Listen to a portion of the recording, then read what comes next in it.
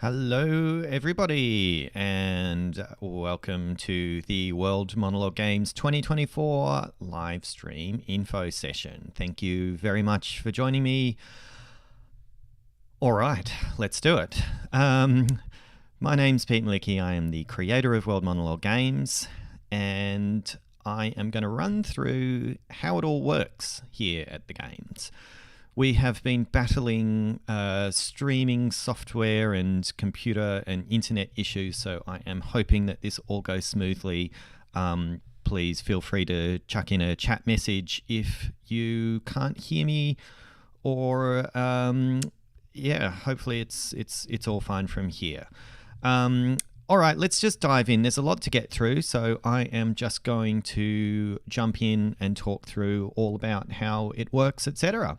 So World Monologue Games is coming into its 5th season. We are an acting competition and showcase. So what that means is you submit a video of you performing a monologue via our website. We send it to judges, and the ones that the judges select, the highest rated performances, are invited to go through to our live stream and premiere season of the regional finals and the global finals. We do about 30 shows per year, and we've had over 1 million views in our previous years now, so it's going strong.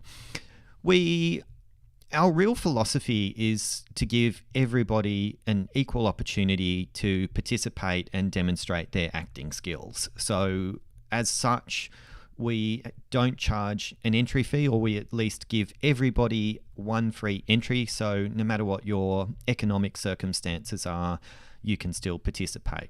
We also equally don't have any emphasis on AV quality and production in the judging. So the judges are explicitly asked not to look at the overall sort of presentation of the piece. It's just all about the acting. We're a pure acting competition. We have run a film competition for the last few years as well. We'll come back to that. So truly our philosophy is about giving everybody a go, no matter where you come from, no matter what your circumstances are. We want you to be able to participate at the games as equals. We also allow people to perform in any language that they like, and I'll talk a bit more about that in a bit.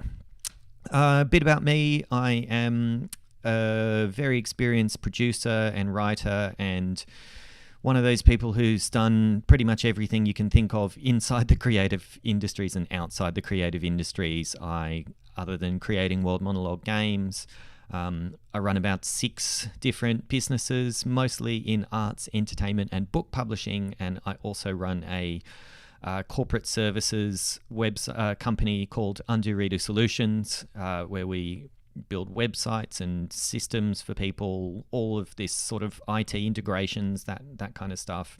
A whole bunch of other services, videography, just a ton of different things as well. But Undo Redo Entertainment is my entertainment company, and that company runs a bunch of brands, including World Monologue Games. I could bang on, but that's probably enough. Lisa Nguyen is my wife and the co-director of World Monologue Games. She is our finance director and continuous improvement specialist. So you'll hear a lot from both me and Lisa throughout the event. We are a very small team. We get a little bit of help from a few volunteers and a VA, but it's us doing 95% of the event. Very, very brief history about World Monologue Games. And guys, feel free to pop in a chat message if it's something I'll talk about. I won't address it straight away, but we'll definitely do a Q&A at the end. So if you feel like I haven't been clear about something, or if you've just got a random question, just pop it in and we'll try to get to it. So we were set up in 2020 when COVID hit, and it was immediately very clear that the industry was about to get smashed, and I'd already been planning to run just a competition, and I turned it into a big event to try to make it a platform for people to, have an opportunity to do their work and get in front of people while they were stuck at home in lockdown. And we've stayed on strong over the years. So just a couple of stats, if anyone's interested. We've had about 8,000 actors register from over 100 countries. We've broadcast over 1,000 performances in our 4 years, which is pretty huge. I needn't convince you. We've had well over 250 media stories now in 25 countries, including a few TV stories, lots of radio, lots of newspapers and online. And we've given cash prizes to over 50 actors. So a few of our achievements. A little bit about how World Monologue Games works. So we have 3 phases in the event. There's the qualifiers, which is happening right now. This is where our participants submit a video of them performing a monologue. By the end of the late deadline, we will then send our performances to our judges and get them assessed, and we select who goes through to the regional finals. The regional finals are YouTube premieres, so you will have to, if you are selected, perform another version of the same monologue. It must be the same monologue. I'll expand on that in a bit. And we then put it together into a show and play it as a YouTube premiere. And if you are one of the lucky winners, one of the judges' favourites or the viewers' favourites from the regional finals, you will be selected for the global finals, which are held around about November, and it's the best of the best in each of the 6 categories that we have here at the Games. We also have a ranking system, so every year, if you make it to the regionals or the globals, you get some points towards your ranking score, and you can we rank people in all of the categories up to 100. So you could be 57th in the world in the World Monologue Games main professional category or whatever it is. We have achievements as well, so doing certain things like if you submit 10 or more times over the years, you get the WMG finisher badge, and we have something like 17 different badges. Some of them are fairly easy to get, some of them are like insanely hard, and maybe no one will ever earn them. We also have a challenges program, things like Last Man Standing, and we have our film festival, but I'll come back and just say a few more words about those later. This information isn't in an enormously structured order, so I'm just going to go through it. Bear with me. If something sounds like it should have come up earlier, maybe it should have. But there's a lot to get through, so pardon the random order. Time zones. Be aware that we are based in Sydney, Australia. So everything that we reference is for Sydney, Australia. What we can't do is convert into the 100 or so global time zones for every date and time that we do like have a deadline or an event. So we do put it on you as our performers, our participants, to figure out what the times are in your local area. The good news is that YouTube will tell you what time something is in your time zone. So if you're clicking on a live stream or premiere link before it started, it will tell you exactly when it starts in your time zone.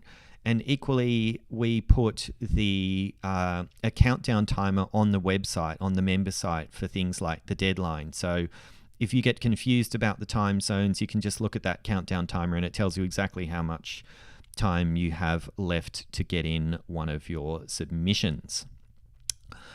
To further confuse everybody, Sydney changes between now and the end of the season. We're currently in AEST, Australian Eastern Standard Time, and then we change to AED time, DT, Australian Eastern Daylight Time, sometime in October. Why? Just to be confusing. And we also, different to Brisbane, which is pretty much directly north of us, for half the year, and half the year we're in the same time zone. So it's very confusing, even just for people within Australia.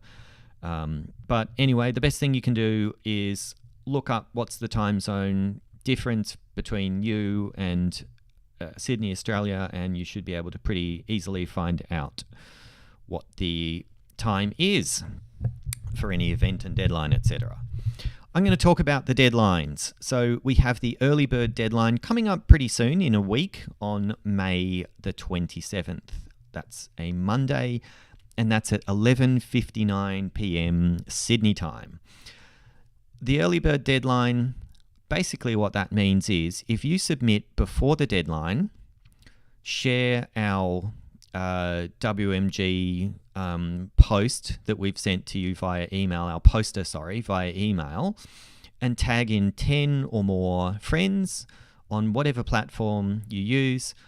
Let us know about it. Also share a link to your performance in your post. Let us know about it, and we will give you a second free entry. So you have to submit, share, and tag, and then notify us. If you do that before the early bird deadline, you will get an extra entry.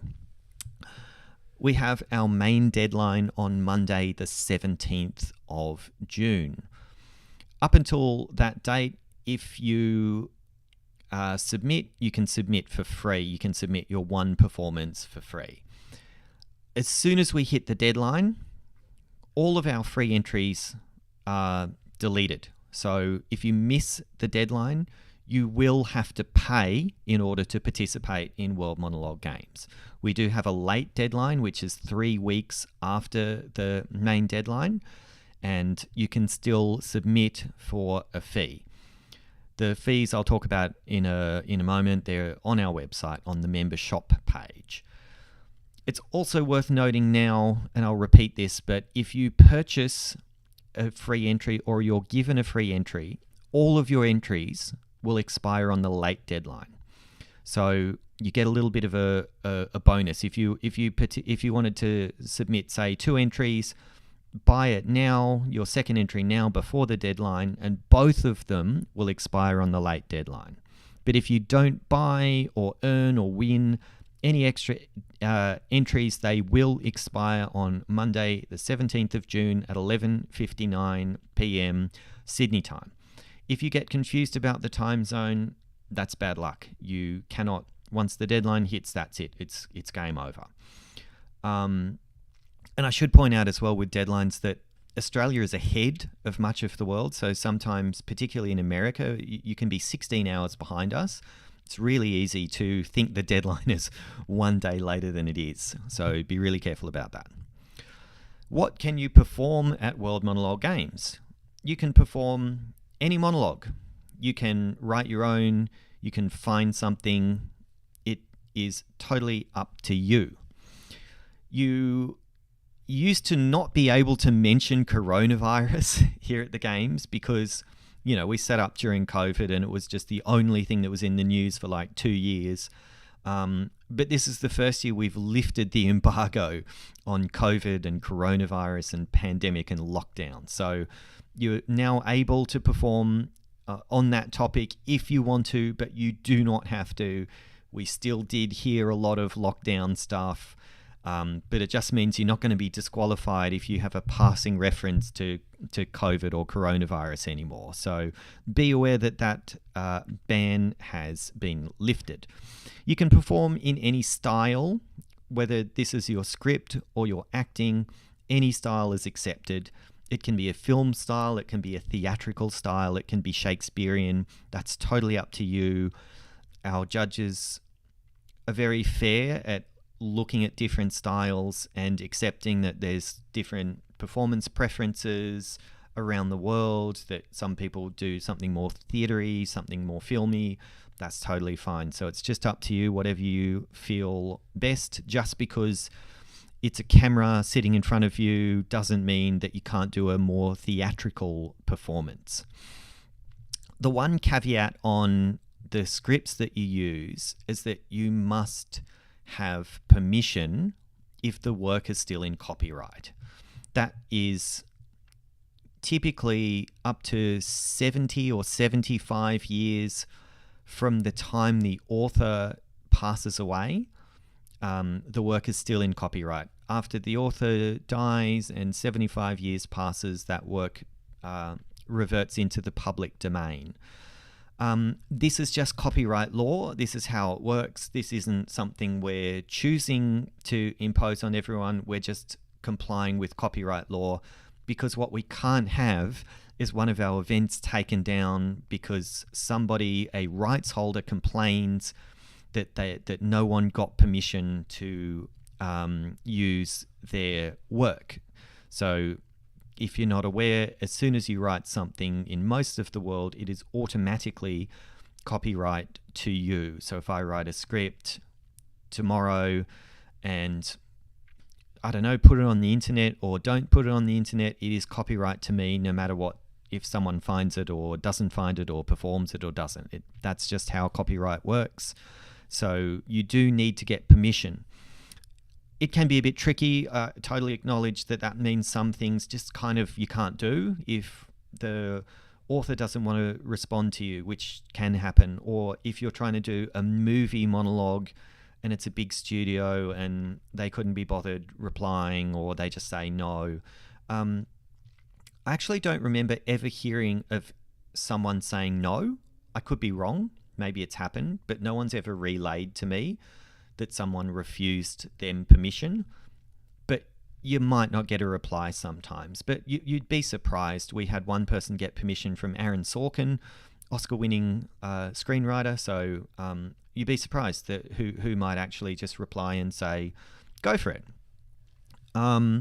We have a bunch of scripts ourselves. I'll get Lisa to pop a link to our website in the chat. That's the Monologue Project is one of the companies that we run, monologues.com.au.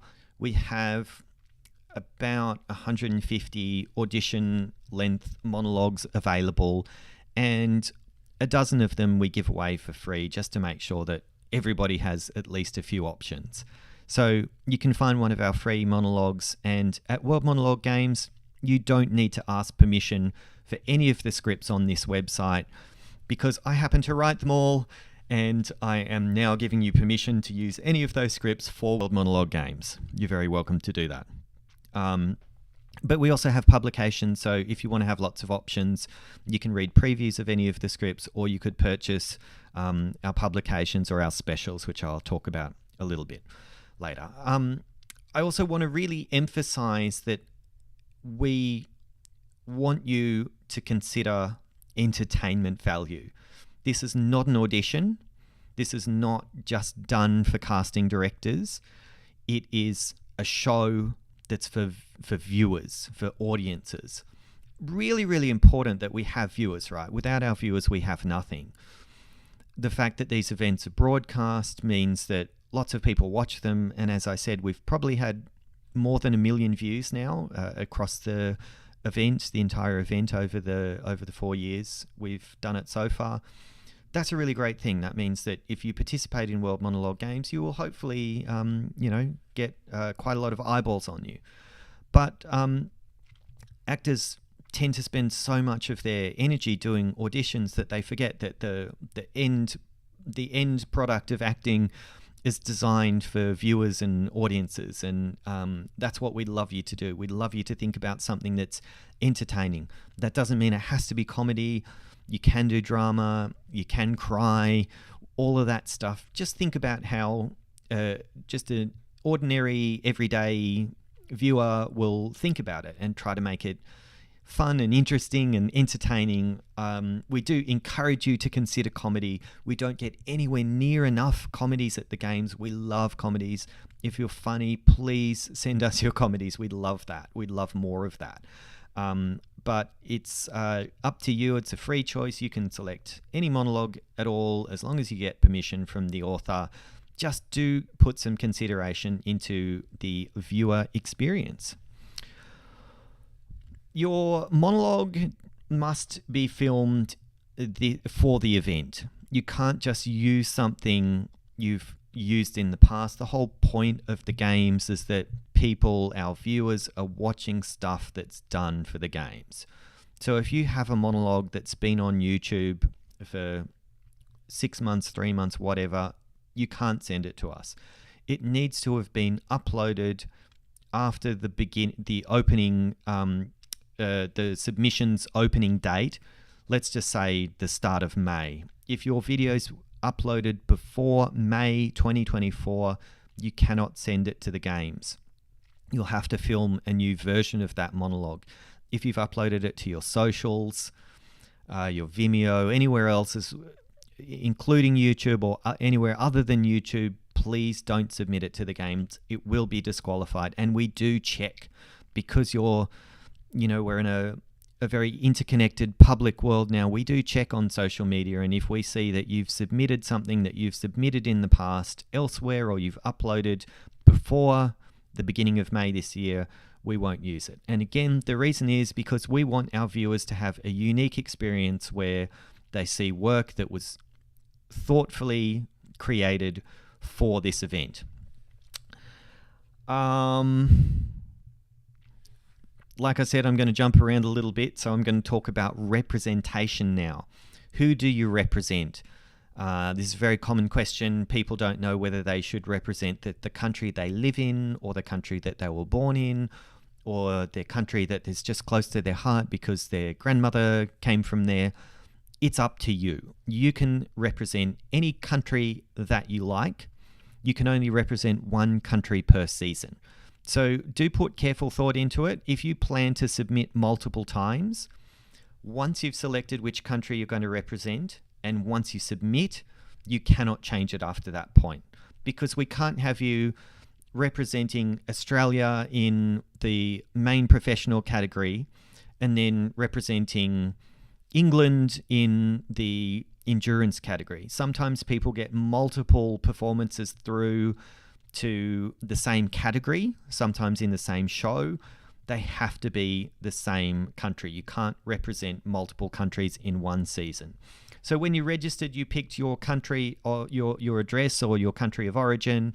That's different to who you represent at the games. When you submit, you'll see somewhere where you can select that, or you can go into your profile page on the member site. You might see there's also some schools and acting schools, agencies, that kind of thing that you can represent. Only do this if it's relevant to you. We have a small number of partners. Obviously, there's tens of thousands of agencies and acting schools around the world, but they're not all partners with World Monologue Games.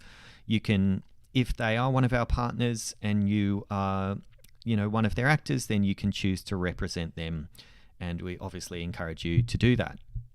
If they're not on the list and your acting teacher or your agent would like to be a partner, then ask them to contact us. It is a form of sponsorship, so we do charge a very small fee for them to be a partner, but we're happy to welcome more people on if you're interested. If that's not you, just don't represent anyone. There's an option at the top that says I represent myself or something like that. Just select that. I'm going to talk about the categories now. Just give me a sec. Sorry about that. Talking non-stop into a webcam and a microphone. So we have 6 categories at the games. We have the Tigers, which is for 5 to 11-year-olds. And the Tigers only has one category. The monologue needs to be between 1 and 2.5 minutes long. We have Youth, which is for 12 to 17-year-olds. There's only one category again, and it's 1 to 2.5 minutes long. If you're wondering which category to enter, it's based on how old you are on the late deadline. So the late deadline is the 8th of July. If you are, what's the rules? If you're 11 on the 8th of July, then you're in the Tigers. But if you just turn 12 on the 8th of July, then you're in the Youth category. We've put this on our homepage and on our How to WMG page if you are confused. or don't remember this, or if you didn't see it, in which case I am talking to myself. We have the main amateur category, which is also 1 to 2.5 minutes, and this is for adults 18 plus only.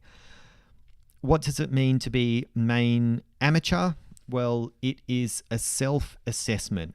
So we also have the main professional category, which is a 1 to 2.5 minute performance.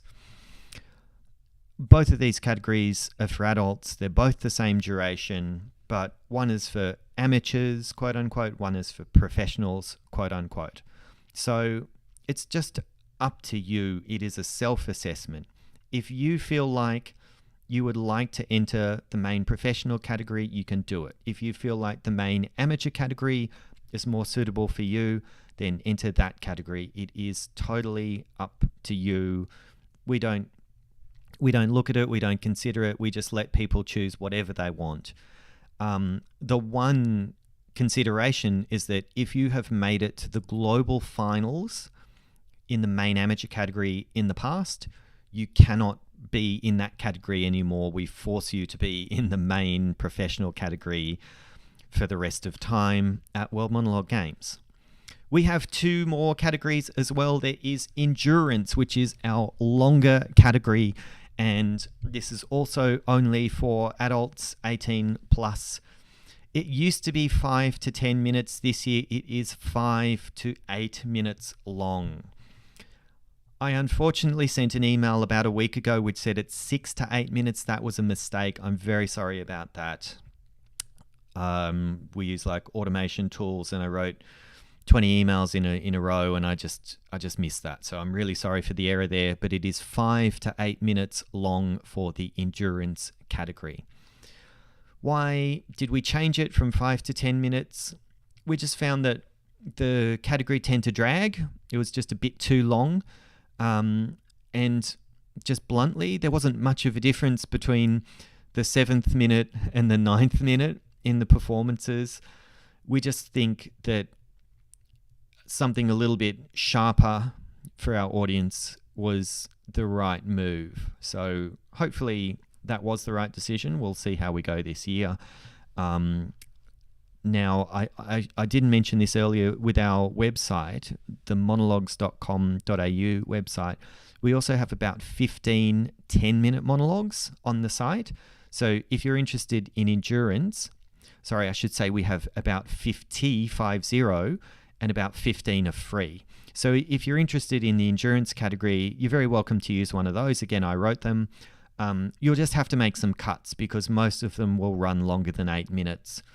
At the full length. So feel free to use those, and feel free to just cut out some of the dialogue to make it fit the time limit, or find something from somewhere else, or write something, totally up to you. Our final category is sprint, which is also for 18 plus adults, and it's 45 to 60 seconds long. So what's cool about sprint is that it's really easy to do. Like, it's not tremendously difficult to rehearse a 1-minute monologue. So if you don't have that much time and you'd like to give the games a go, we'd encourage you to do sprint. Now, I should say that we have been actually considering dropping this category altogether, but we chose to give it another go this year. However, we don't have as many people submit to sprint, and we don't have quite as many viewers. So we'd encourage you, if you like the sound of sprint, or if you've done it in the past, we'd encourage you to submit into this category. If we get more interest this year, we'll look at keeping it on as part of the event. But if it doesn't grow in participation and viewer numbers, then this will probably be the last year for the sprint category. This feels like it's in very random order, but I'm just going to say this. If you, with your submission, I should have moved this a bit later to the submission requirements, but here we go. If you are a youth or tiger, your submission needs to be unlisted on YouTube.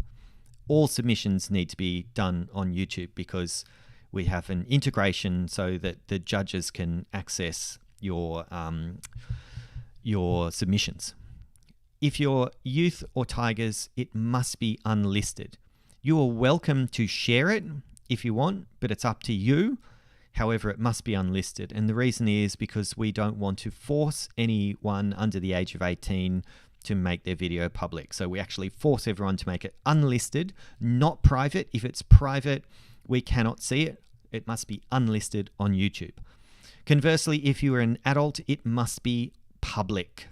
If your video is private or unlisted as an adult, you will be disqualified, because we do want this to be a public event. And when you submit, your video is on YouTube, and this is part of the event, the qualifiers.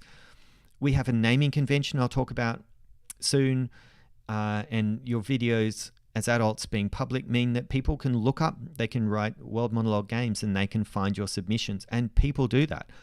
I know because I see comments from people that I know. They comment on YouTubers, on participants' YouTube videos, and I know that they don't know each other because I know who the commenters are. So we do actually get people looking for submissions in the qualifiers, and it is actually part of the event. Who are our judges? We have an incredible judging panel now. After 4 years, we've built up just some really amazing judges. They're mostly people who are running their own production companies, heads of acting schools, casting directors. We have 10 casting directors. We have an Emmy-winning casting director on our judges panel. We have major producers. We've got a new judge this year who is producing a $30 million budget film at the moment. So yeah, some really fantastic judges. You can actually see them on our website.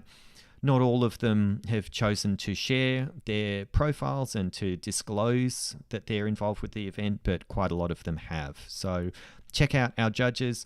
This is a really great benefit of the event, is that you're getting seen by some seriously influential people in the industry. I mean, you can't really get much better than an Emmy-winning casting director. And these guys are actually looking for talent. I've had judges contact me many times saying, hey, can you put me in touch with this person? I'm interested in them.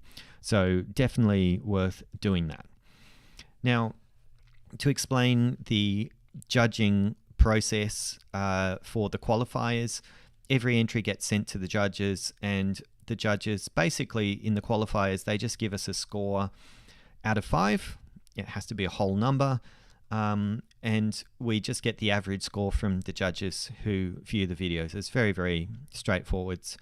And we put the better ones, or the higher scored ones, I should say, because it is subjective, we put them through to the regional finals. I'll talk a bit more about the judging in the regionals when we get to that. The criteria they look at is purely acting skills. So just to repeat, they're not looking at camera work. They're not looking at your set. They're not looking at the production value, your costumes, anything like that. Those are not considered. AV quality, audio-visual quality, doesn't matter, but only insofar as it doesn't affect the judge's ability to judge. If the audio is crackly and terrible and hard to hear, if there's so much background noise that you can barely hear the acting, it's inevitable that you will lose points from the judges. So you should do your best to especially make the audio good, as best as you can with your equipment and your abilities. Same with the video. If we can't see you, it does make it hard, because a lot of acting can be in the facial expressions and the body language. And even if that's hard to see, then you are at a disadvantage. So the judges don't look at AV quality and go, wow, that's great camera work or beautiful 4K and the lighting, and give you any bonus points, but you might lose points if it's just hard to hear or hard to see. The one thing I recommend is just have good lighting if you can. Like, good lighting can make a huge difference if you record inside or at night. Lower quality cameras in particular, they can't pick up low quality light and it just looks terrible. I actually have a light right there in my living room that helps this stream look better than potato quality. Let me talk about the requirements. First of all, there is no limit to how many entries you can submit, as long as you're going to pay for everything but your first one, or the free ones that you might earn for doing, say, the early bird special. And you can have multiple performances go through to the regional finals or go through to the global finals. In our first year, one actor won 2 of the 6 categories. You can perform in any language that you like. We don't have subtitles because when we're live streaming in particular, we just can't do it. But what's really interesting is that there is no correlation between the language you perform and how far you go in the event. So in our very first year, 3 of the 6 winners did not perform in English.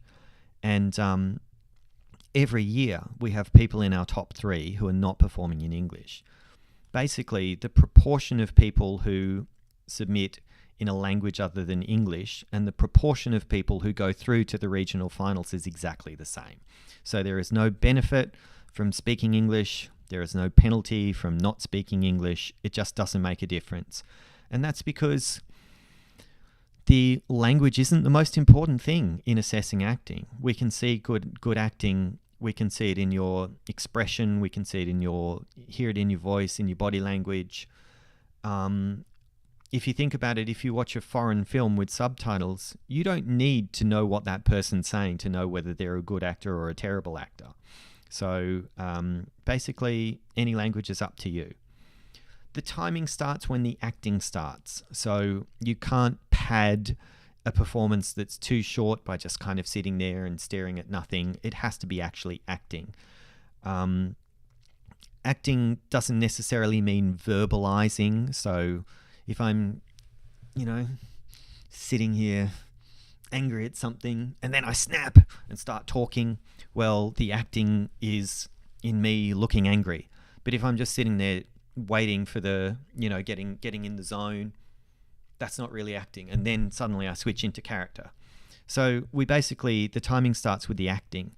But we'd really prefer it if you film the sort of pre-acting or post-acting stuff, like you're getting into character or you break character at the end. Just cut that out of the video. We don't need to see it.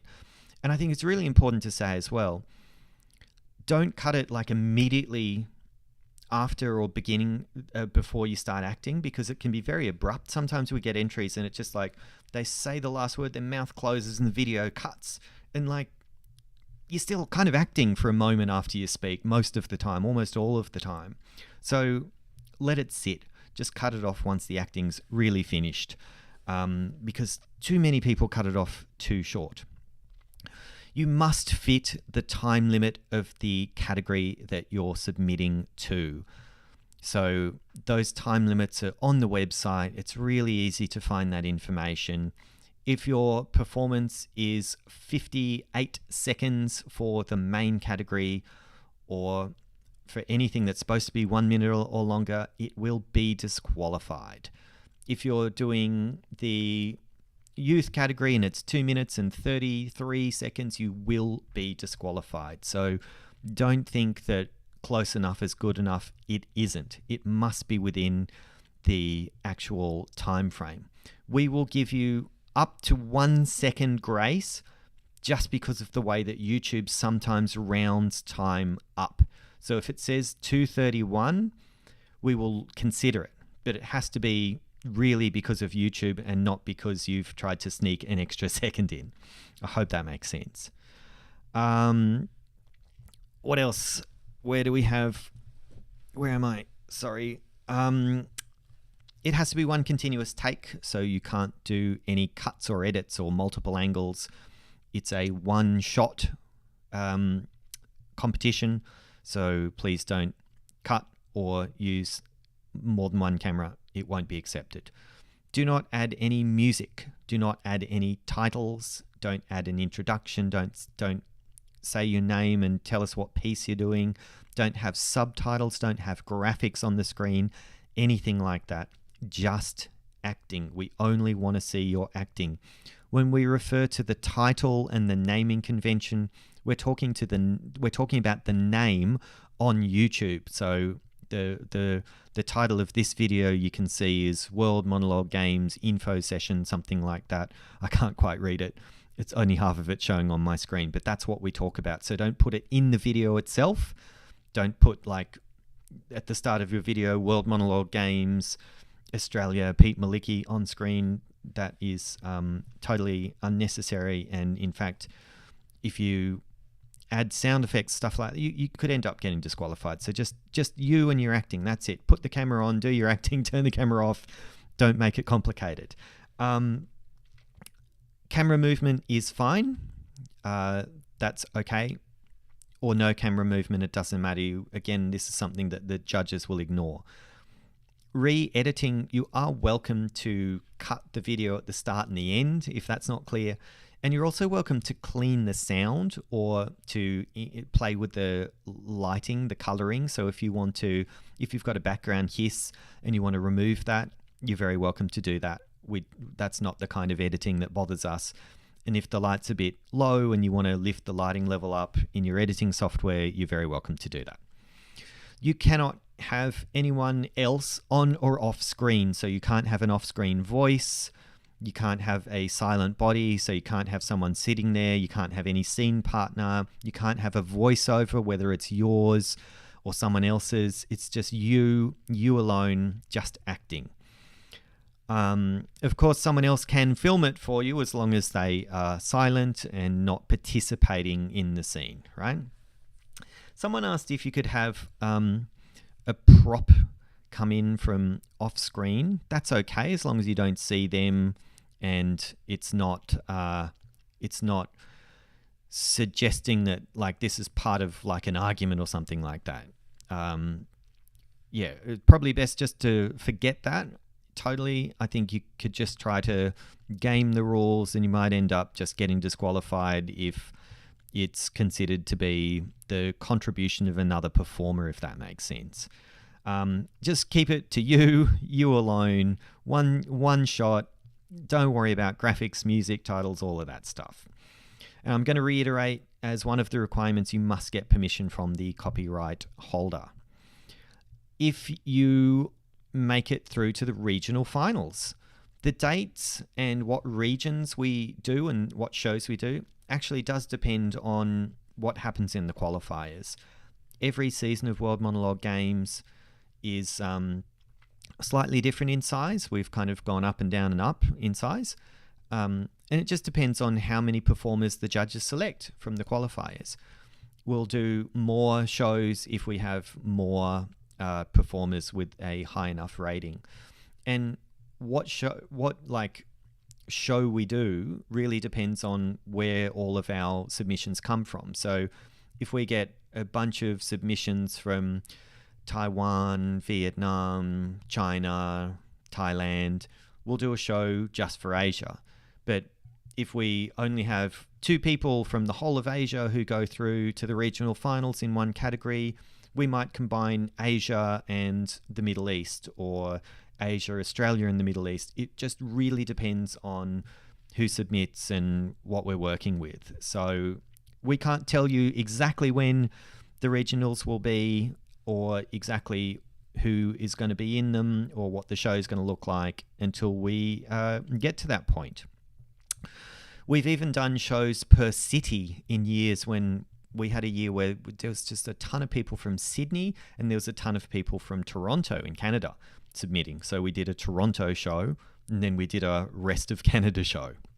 I don't know why so many people from that city submitted, but they did, and that's what happened. We don't tend to do a huge number of endurance shows. We'll probably keep it that way. I think we've been doing 3 shows for the last few years in endurance. We'll see what we get, but we'll probably keep it as a smaller number of shows. Why? Because we want to keep our viewers interested, and in the main categories, Tigers, Youth, Main Pro, Main Am, we just get viewers no matter how many shows we put on. But in endurance, when we were doing more shows, we weren't getting as many viewers. So we're trying to condense our viewers to make sure that like it's worth it for everybody. It's worth it for you as a participant, and it's worth it for us as the people who spend 6 months running this event for basically nothing. Where am I? How many people go through to the global finals? It does totally depend on the category and the number of performers in the category. So that's not even fixed. Obviously, we'll have more people in sprint because it's shorter, and fewer people in endurance because it's 5 to 8 minutes long. But I can't tell you exactly how many performers will be in each show. But depending on your category, it might be about 1 to 4 performers who make it from the regionals to the globals. There'll be more people in sprint, and there'll be fewer people in endurance. Actually, in endurance is the hardest category. Not only do you have to do a 5 to 8 minute monologue all in one take, but there's just fewer spots in the globals because we might only put 1 or 2 people from each show through, whereas in sprint we might put 10 people from one show through depending on the number of submissions. So sprint is actually the least competitive and the easiest to get through, and endurance is the toughest. So that's something to bear in mind. If you want a challenge, do endurance. If you want to have the best chances, do sprint. How do you submit? Well, first of all, you need to register via our homepage, worldmonologuegames.com. When you register, you will get an invitation to join our member site, which is free to join.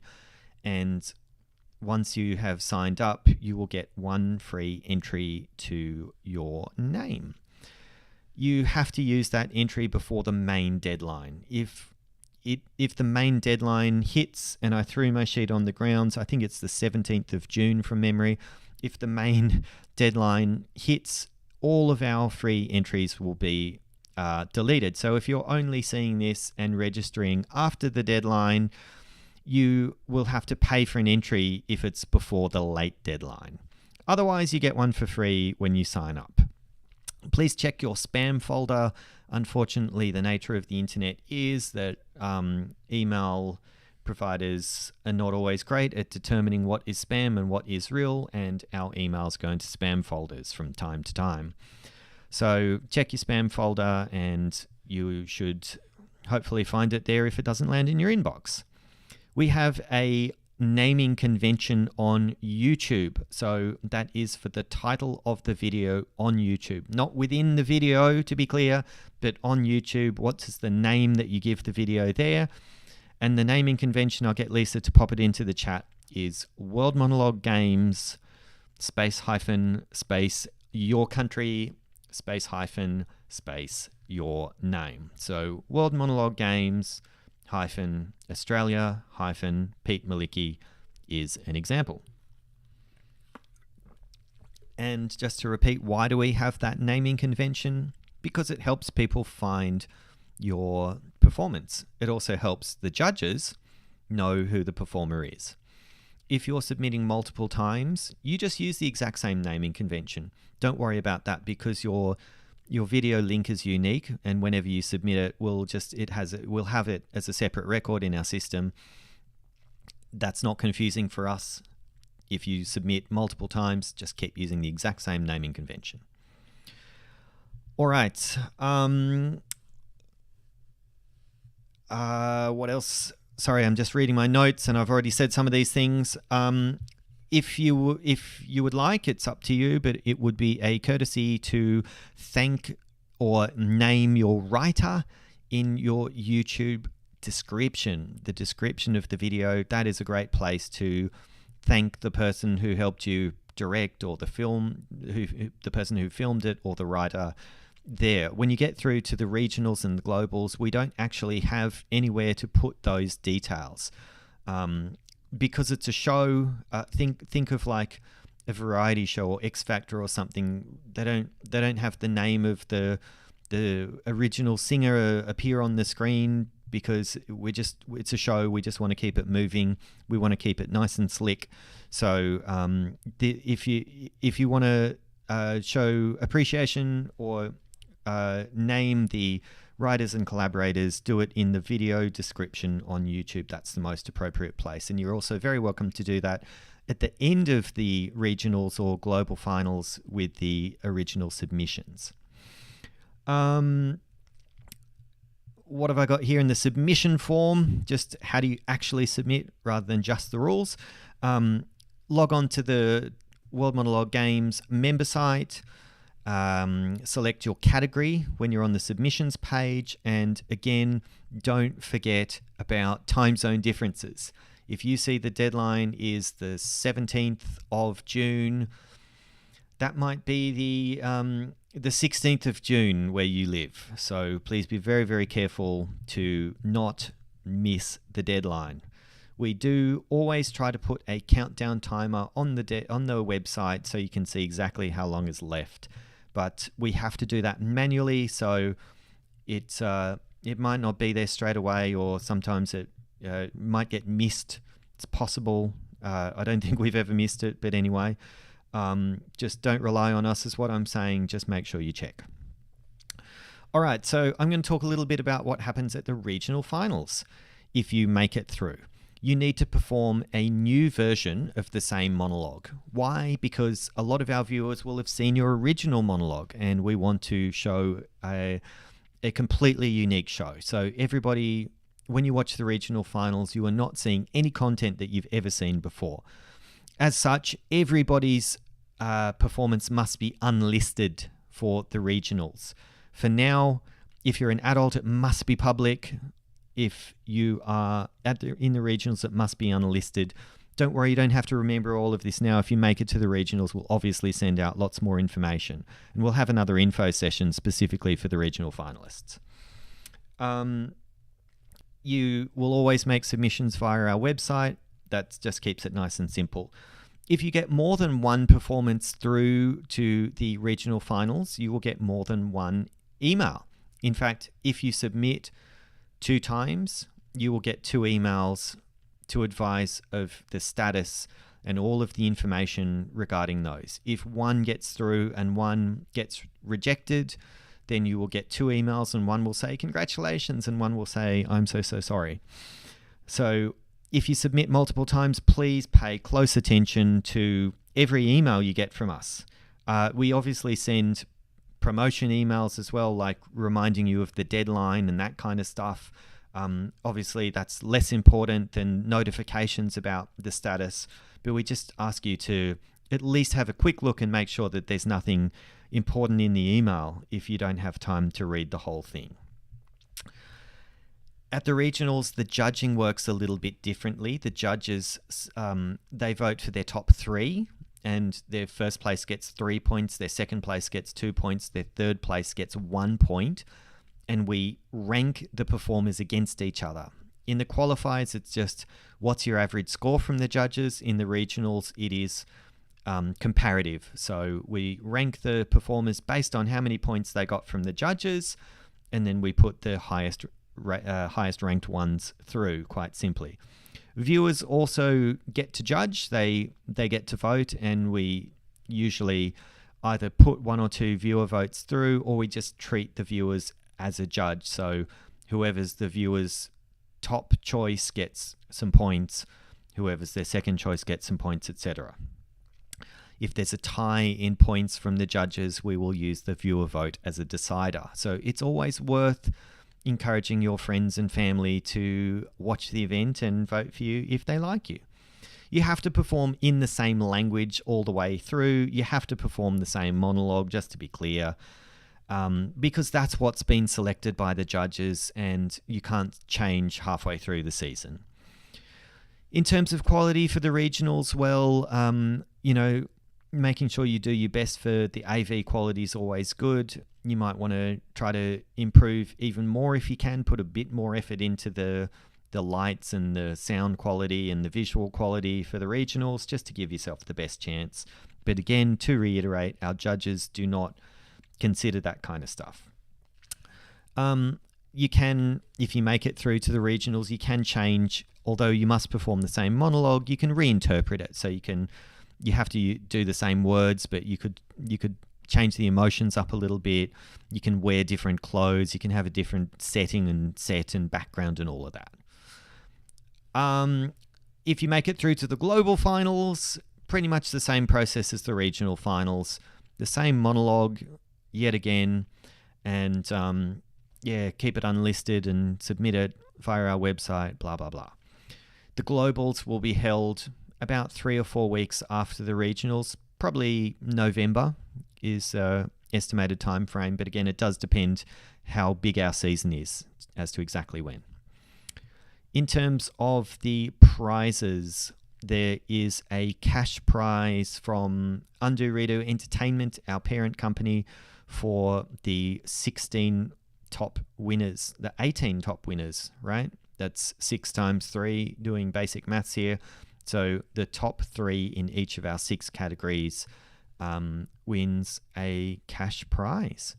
I won't confirm those numbers yet, but historically it's been a few $1,000s in prize money in total, not each, unfortunately. We do not really have any sponsors. We've had sponsors in the past, but we don't have any major sponsors, and we fund the prize money ourselves, and we don't charge an entry fee. So actually running World Monologue Games costs us a little bit of money, and that's fine, not complaining, just giving context as to why we can't give amazing, huge prizes of $5,000 each or anything like that.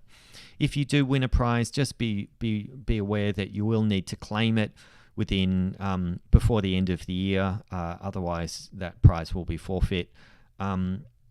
If you are someone who would like to sponsor World Monologue Games, or if you know someone who might offer a prize or sponsor us, send us a message. We'd love to hear from you. We're always happy to get more prize givers or sponsors. We do have sponsorship packages. You could get significant promotion through the event because we have a huge platform and, tons of members and stuff like that. I talked about the rankings briefly. I don't think I'm really going to go into the details now. I think it's almost been an hour already, so I'll just let you know that if you want, you can see the rankings on our website. You can see who's first in the world in each of the categories, who's second, third, fourth, all the way up to 100 in most of the categories. There's information, if you're curious how those rankings are calculated, you can see a lot of information on the rankings page itself. So just go to worldmonologuegames.com and you'll see it in the header navigation. I'd mentioned the achievement program as well, the badges that you can get. Likewise, if you're interested in targeting a badge, if you'd like to try to win something, jump onto the achievements page and look at the World Monologue Games achievement badges. And you can find out more. You can purchase extra entries on the shop. So log into the member site and there's a shop page. You might notice if you're logged in, you'll see different header navigation than if you're not logged in. So you can purchase 1 extra entry for $7.95 US. Even though we're based in Australia, we trade in US dollars because it is the most international currency. You could buy 3 extra entries for $18.50 or 5 extra entries for $23.95. So if you are thinking about doing a lot of submissions, that is so much more cost effective to buy 5 than just to buy 1. It's like half the price.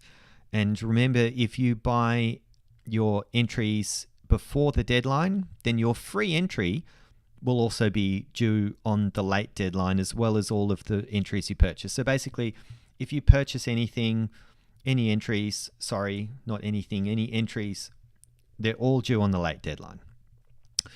We have some packages that you can purchase. So I'll just run through those real quickly. We've got a pack of sprint monologues for $8.99 US, 15 sprint monologues. So if you're looking for a short piece, you can get that.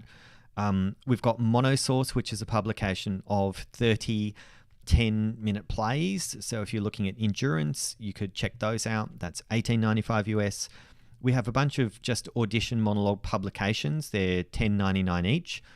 And there's a multi-pack where you can get 3 of the publications for $22.50, or our 100 monologue bundle where you get 4 publications, each with 25 scripts, for $24.99. That's 100 scripts for $24.99.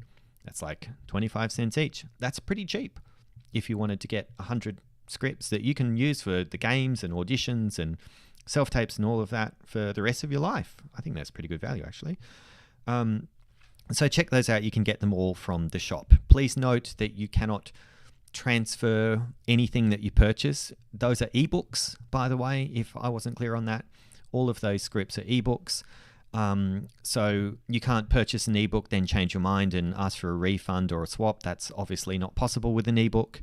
And if you purchase an entry, you can't give it to a friend. So please be aware that they are not transferable.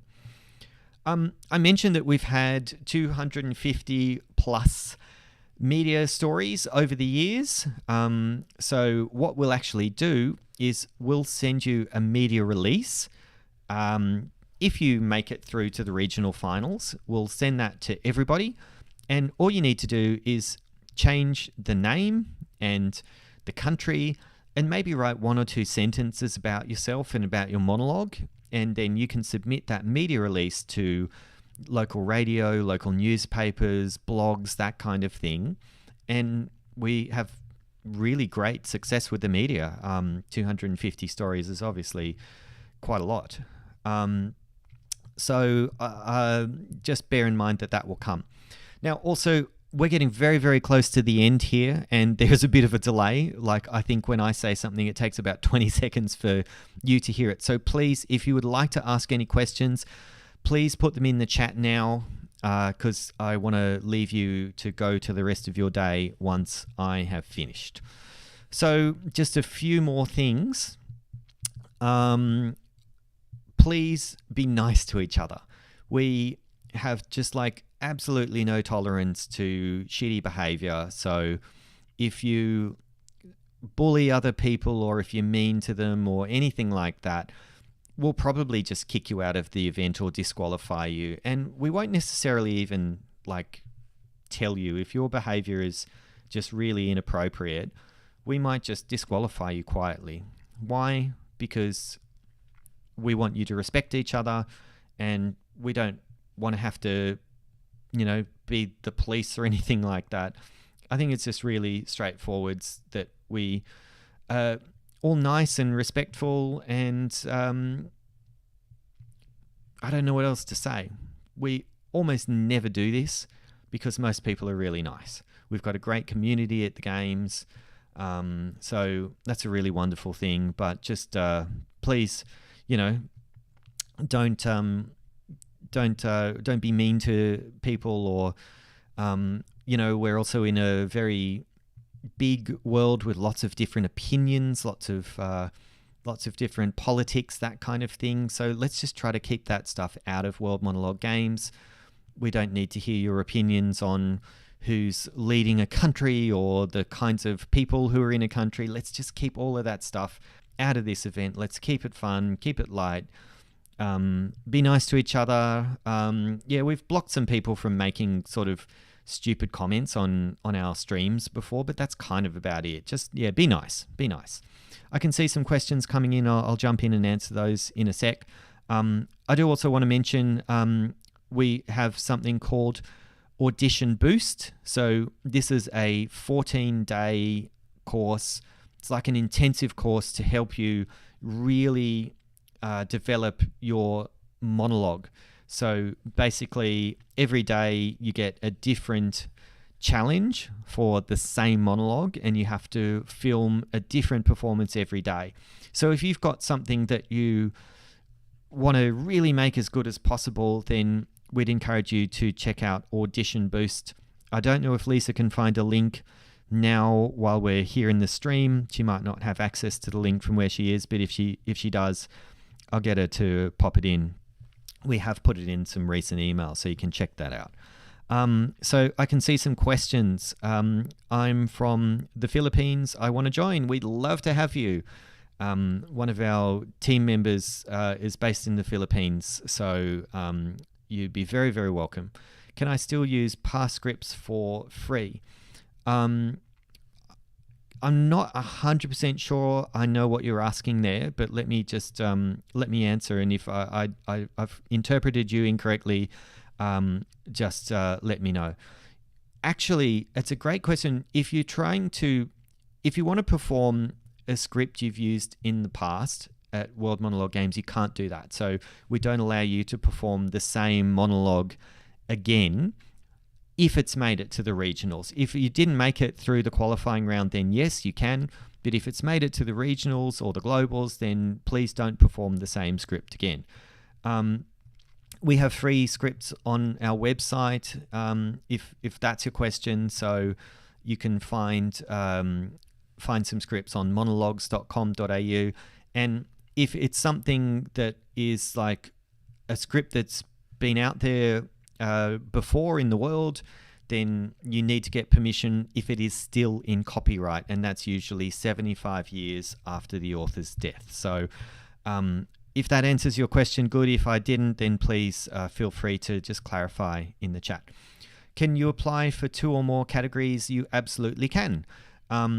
You can't be in both the main amateur and the main professional category. I think that's fairly self-explanatory. So just choose one and do that for all of your entries. But we've had people go through into the endurance, sprint, and main pro categories all in 1 year. We've had that a few times now, maybe like five times or so.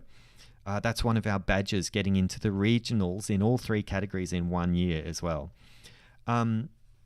Unfortunately, if you're under 18, there's only one category for you. You're either in the Tigers or you're in the youth. We did have more categories in the first year. We had like youth sprint and Tigers sprint, but hardly anyone entered them. So it just didn't make sense to do that again. If you would like to submit more than one in the same category, you're absolutely welcome to do that. You can submit 10 times in the same category if you'd like. Heba, I see your question. Some of your students want to enter more than one category. Yes, they can, as long as if they're under 18, they can't, because there's only one category. But if they're 18 plus, then they absolutely can. Last chance to ask any questions, guys. If you have any questions, please pop them in the chat now. I can see Lisa's just posted a link to Audition Boost, so thanks for that. Lisa, check it out, guys. It's a great little course, a wonderful way of just really diving deep into your monologue. We had a gamer, as we call you. We had a gamer from last year do it, and she really loved it. You can see her words on the website.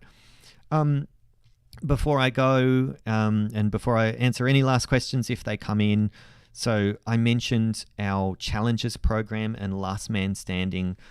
Last Man Standing was a challenge where you got a new monologue every day in November, and you had 24 hours to learn, film, and submit the monologue.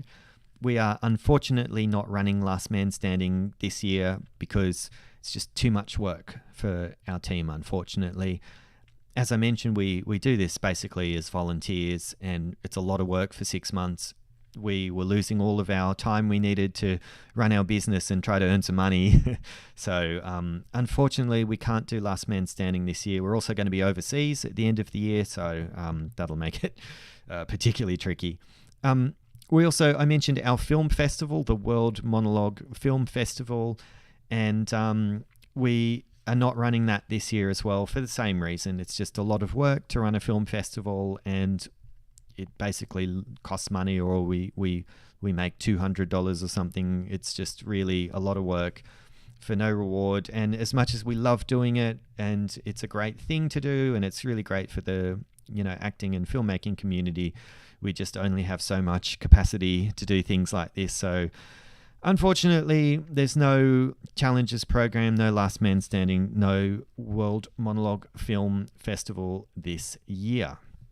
But folks, that brings me to the end. If anyone puts a quick question in the chat, I will try to answer it before I go, if I get it before I go.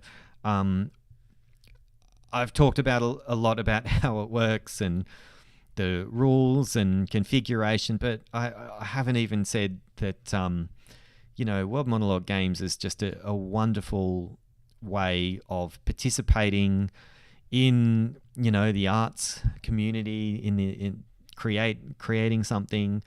We'd love you to do it. We'd love you to submit. We'd have our fingers crossed for all of you that you make it through to the regional finals. It's lots of fun. It's not terribly difficult to do. Like, obviously, acting is a craft that you build up over your entire life, but we make it fairly easy. All you need to do is film a performance, and you might have to do it 2 or 3 times if you progress. It's a really great platform. We have some incredible judges. We get lots of viewers. Like, we rarely have shows that end up with fewer than 1,000 views each, which is not too bad. So, and these are real people as well. We do really get those views, and people really watch. So when people come in to vote, even if they come to vote for their friends, like, they're staying and watching the event. We get the tracking on YouTube, so they're real people really watching, which is really great. Anyway, like, we'd love you to be a part of it, and we're here to support you. So you're always very welcome to shoot us an email if you have any questions, or we'll see what we can do to help. Lorraine, hi, how's it going, mate?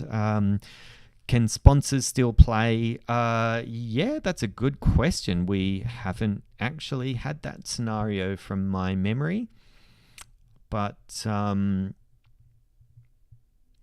yeah, I think so. I think we're very good at being arm's length. Like, I personally know many hundreds of the participants, and it's no benefit to them, unfortunately, to know me, because I won't give you any special treatment because of that. My history, I didn't mention this, is running major festivals, theatre festivals. And like, I just got to the point really quickly where it could be my best friend or my girlfriend at the time, who's involved in the festival, and I never think, oh yeah, that's my mate, I should put them through, because, like, to me that just doesn't make sense. It's about the festival, it's about the best performers.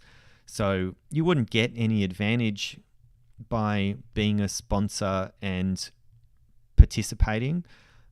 We have an independent judging panel anyway, so I guess that would be fine. But if you're thinking of sponsoring us, then let's talk. And I might I'll talk to Lisa about that and see if we think that it's a conflict of interest, because sometimes the perception of conflict of interest is it can be just as bad. But I would say yes, that's my gut, without having thought about this too deeply, because I don't think it's ever come up. It's a really fantastic question. Anyway, guys, on that note, thank you very much for sticking around and for checking out the info session. We really look forward to having you at World Monologue Games for our 5th season. Very exciting, and we'll see you soon.